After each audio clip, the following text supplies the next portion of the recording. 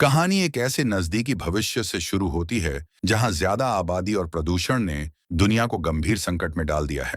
खाने पीने और जरूरी संसाधन कम पड़ने लगे हैं। इसी बीच नॉर्वे का वैज्ञानिक जुर्गन एक अनोखी तकनीक बनाता है जिसे सेलुलर रिडक्शन कहा जाता है, यानी इंसान और जानवरों को बेहद छोटा कर देना। सबसे पहले वह एक चूहे पर इसका प्रयोग करता है। चूहे को एक खास इंजेक्शन दिया जाता है और फिर उसे ओवन जैसी मशीन में रखा जाता है। 2 घंटे बाद चूहा बिल्कुल नन्हा बन जाता है। 5 साल बाद तुर्की में एक कॉन्फ्रेंस के दौरान सब लोग तब चौंक जाते हैं जब एक प्रोफेसर बॉक्स खोलता है और उसके अंदर खुद छोटा जुर्गन दिखाई देता है। जुर्गन बताता है कि उसने अपनी पत्नी और 36 दूसरे लोगों के साथ मिलकर यह प्रयोग खुद पर किया था। यह प्रक्रिया बिल्कुल दर्द रहित थी और कुछ घंटों में सभी पूरी तरह ठीक भी हो गए। वैज्ञानिकों ने इन छोटे लोगों के लिए एक नन्हा गांव बनाया जो एक खास सुरक्षा बॉक्स के अंदर रखा गया था ताकि मौसम और जानवरों से उन्हें कोई खतरा न हो। जुर्गन यह भी बताता है कि 4 साल में इन 38 लोगों का जितना कचरा निकला वह बड़े लोगों की दुनिया के सिर्फ एक कूड़े के बैग जितना था। मंच पर आए कुछ लोग यह भी बताते हैं कि उनके 2 छोटे बच्चे हुए हैं और इसमें कोई परेशानी नहीं आई। ये खबर पूरी दुनिया में फैल जाती है।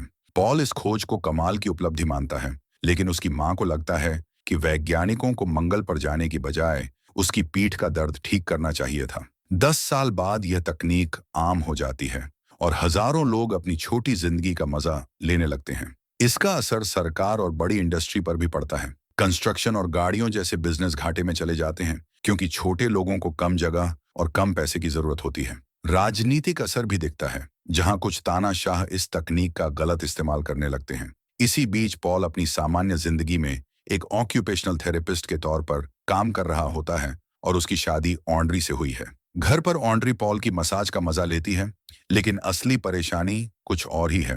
दोनों काफी समय से अपना घर खरीदने की कोशिश कर रहे हैं, मगर उनकी सैलरी इसके लिए काफी नहीं होती। इसी बीच एक स्कूल रियूनियन में सब लोग हैरान रह जाते हैं जब एक कपल एक बॉक्स में आता है। ये दोनों छोटे हो चुके होते हैं और लोग उनसे छोटी जिंदगी को लेकर ढेरों सवाल पूछने लगते हैं। पॉल अपने एक पुराने दोस्त से अकेले में बात करता है जो छोटा हो चुका होता है। वह साफ कहता है कि उसने यह कदम धरती को बचाने के लिए नहीं, बल्कि खुद की जिंदगी बदलने के लिए उठाया है। उसके मुताबिक छोटी दुनिया में उन्हें बेहतरीन घर, शानदार सुविधाएं और अच्छे डॉक्टर मिलते हैं। खर्च बहुत कम होता है और मेहनत भी ज्यादा नहीं करनी पड़ती। उनकी सेविंग इतनी होती है कि वे आराम से रिटायर होकर अपनी जिंदगी एंजॉय कर रहे हैं। पार्टी के बाद जब पॉल और ऑन्ड्री घर लौटते हैं तो उन्हें एक वॉइसमेल मिलता है कि उनका होम लोन रिजेक्ट हो गया है। यह सुनकर दोनों पूरी तरह टूट जाते हैं। अगले दिन वे एक ऐसे इवेंट में जाते हैं जहां छोटी जिंदगी को प्रमोट किया जा रहा होता है। वहां एक छोटा होस्ट अपने बड़े से घर और पत्नी के महंगे गहने दिखाता है जो असल में कुछ ही पैसों में खरीदे गए होते हैं। एक ही बड़ी बिल्डिंग के अंदर पूरा का पूरा छोटा शहर बसा होता है। एक सेल्समैन उन्हें अलग अलग पैकेज समझाता है जो प्रोसेस की वजह से महंगे होते हैं। कर्ज में डूबे और भविष्य को लेकर परेशान पॉल और ऑन्ड्री आखिरकार इस प्रोजेक्ट में शामिल होने का फैसला कर लेते हैं। अगले कुछ दिनों में दोनों अपनी नई जिंदगी की तैयारी करने लगते हैं। वे अपना सारा सामान बेच देते हैं और पॉल फैक्ट्री में अपने काम की ट्रेनिंग एक नए कर्मचारी को देता है। आखिरी दिन सहकर्मी उसे विदाई पार्टी देते हैं। फिर परिवार और दोस्तों के साथ एक आखिरी पार्टी होती है जिसमें ऑन्ड्री के पिता तो आते हैं, लेकिन उसकी माँ इस फैसले से नाराज होने की वजह से नहीं आती। उसी पार्टी में एक बारमैन उनकी बात सुन लेता है और गुस्से में बोल पड़ता है। वह कहता है कि छोटे किए गए लोगों को वोट देने का हक नहीं मिलना चाहिए क्योंकि वे न के बराबर टैक्स देते हैं, समाज से फायदा उठाते हैं और लोगों की नौकरियां भी छीन लेते हैं। उसकी बातें साफ दिखाती हैं कि इस तकनीक को लेकर समाज में कितना बड़ा विवाद है।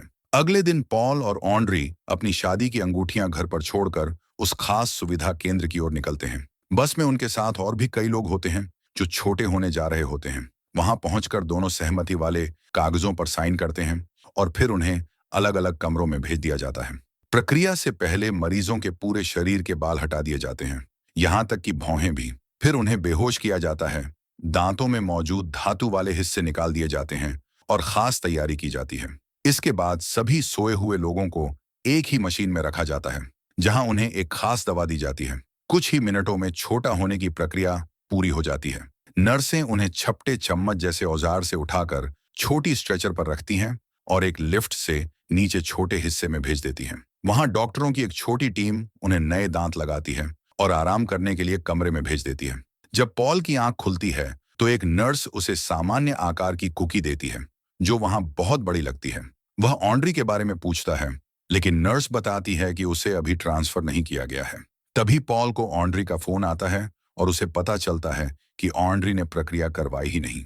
वह बताती है कि सिर मुंडते ही उसे डर लगने लगा और उसे एहसास हुआ कि वह अपने अपनों को हमेशा के लिए छोड़ रही है।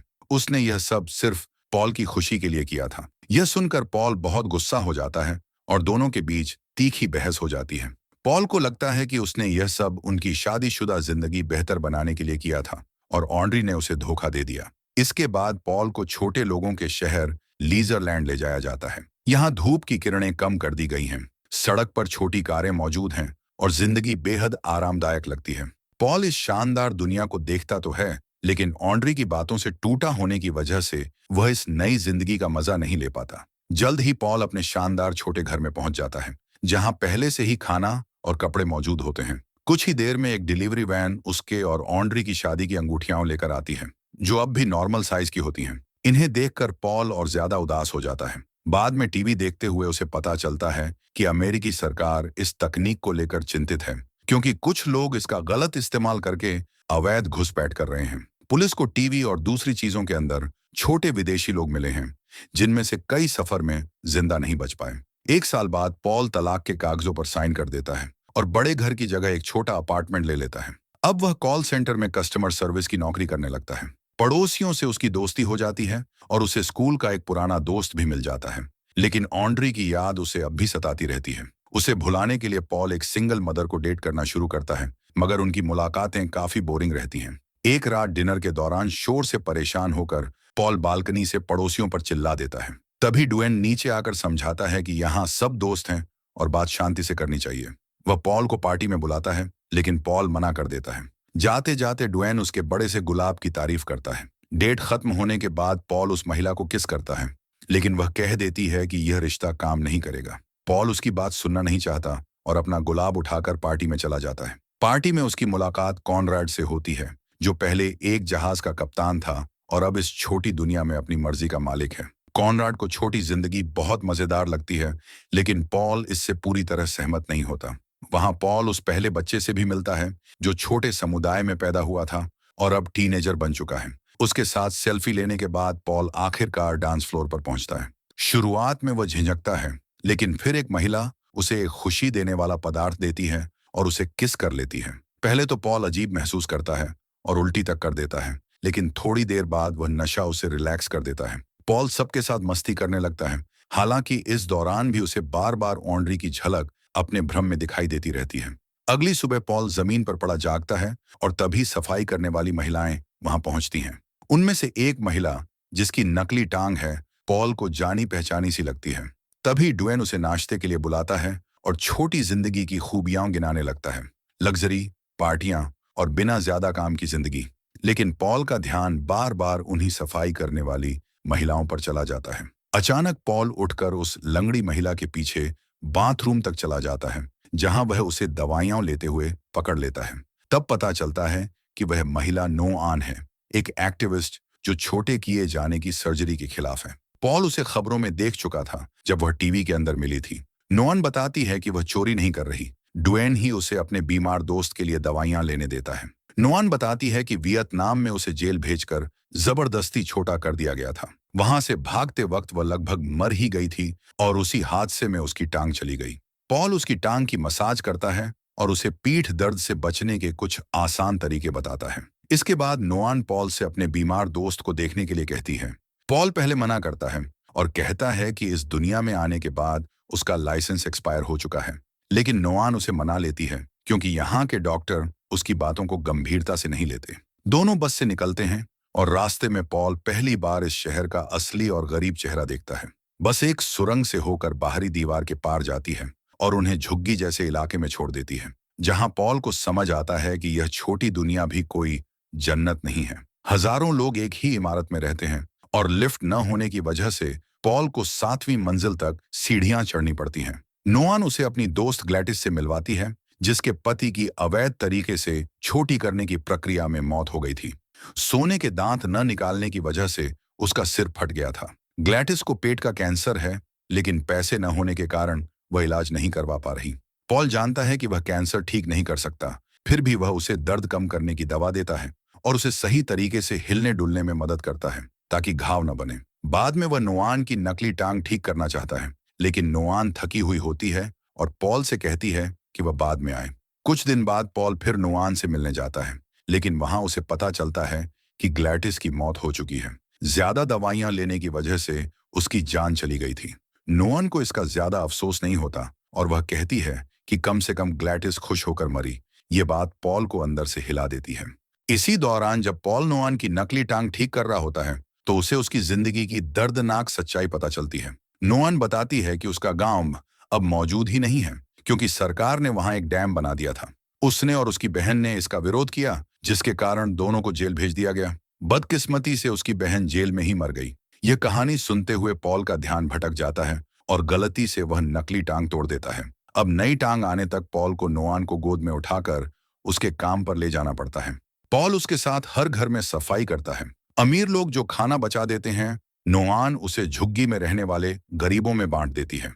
धीरे धीरे पॉल भी वहां के लोगों की मदद करने लगता है। किसी को दवा दिला देता है तो किसी को दर्द से राहत के तरीके बताता है। बदले में लोग उसे अपने साथ प्रार्थना में शामिल करते हैं। 2 हफ्तों बाद नोआन लकड़ी की टांग के सहारे चलने लगती है, लेकिन वह काम के लिए अभी भी काफी धीमी होती है, इसलिए पॉल उसकी मदद करता रहता है। एक दिन जब वे डुएन के घर सफाई करने जाते हैं, तो डुएन पॉल की हालत का मजाक उड़ाता है। पॉल मान लेता है कि वह इस जिंदगी से थक चुका है और नई टांग आने में अभी 1 महीना और लग सकता है। तब डुएन एक योजना बनाता है।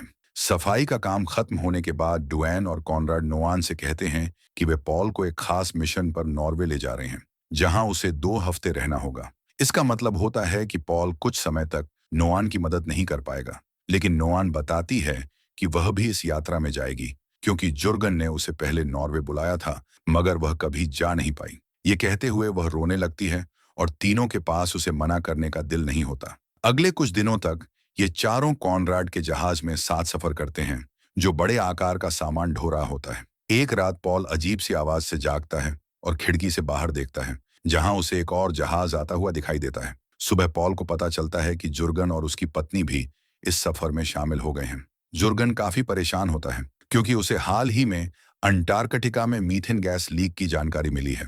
वैज्ञानिकों के हिसाब से यह पर्यावरणीय तबाही तय है और इंसानियत के बचने की कोई उम्मीद नहीं बचती। इसी चिंता में जुर्गन डूबा रहता है। रात के खाने के बाद पॉल नोआन की टांग की मसाज करता है और दोनों के बीच करीबी बढ़ जाती है। अगले दिन सब लोग नॉर्वे पहुंचते हैं और वहां के खूबसूरत जंगल देखकर पॉल हैरान रह जाता है। वह देखता है कि यहाँ की छोटी कम्युनिटी बिना दीवारों के, बिना जानवरों के डर के आराम से रह रही है। तभी उनकी लीडर उन्हें एक खास सुरंग दिखाती है, जिसे वह वॉल्ट कहती है। जल्द ही खुलासा होता है कि इस वॉल्ट को जमीन के नीचे मोटे मेटल से बनाया गया है, ताकि आने वाली तबाही से लोग सुरक्षित रह सकें। अंदर जानवर, पौधे, घर और बिजली के लिए जियोथर्मल मशीनें तक मौजूद हैं। यह सब सिर्फ छोटी तकनीक की वजह से मुमकिन हो पाया था। योजना है कि लोग यहाँ तब तक रहें जब तक वातावरण ठीक न हो जाए, भले ही इसमें 8,000 साल लग जाएं।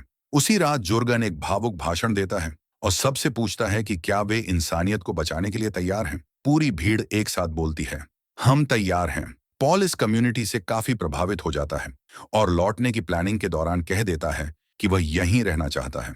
लेकिन नोआन उसे याद दिलाती है कि झुग्गियों में रहने वाले लोगों को भी उसकी जरूरत है। वहीं डुएन और कॉनराड इस जगह को एक कल्ट कहकर उसका मजाक उड़ाते हैं। अगले दिन नोआन पॉल से पूछती है कि क्या उनके बीच की नजदीकी सिर्फ दया थी।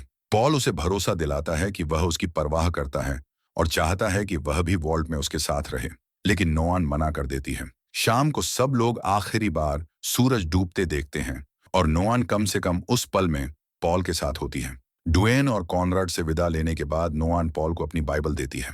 पॉल उसे किस करके धन्यवाद देना चाहता है, लेकिन नोआन फिर मना कर देती है और उसे जाने को कहती है। उलझन में पड़ा पॉल सुरंग के अंदर चला जाता है, जहां उसे पता चलता है कि असली वॉल्ट तक पहुंचने में 8 घंटे पैदल चलना होगा।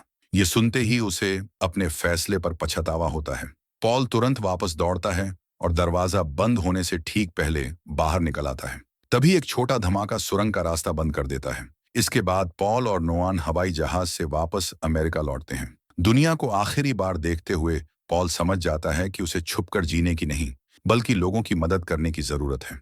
वह झुग्गियों में लौटकर आखिरी दिनों में लोगों की मदद करता रहता है, ताकि वे अपनी जिंदगी शांति और खुशी से जी सकें। और इसी सीन के साथ ये फिल्म खत्म हो जाती है।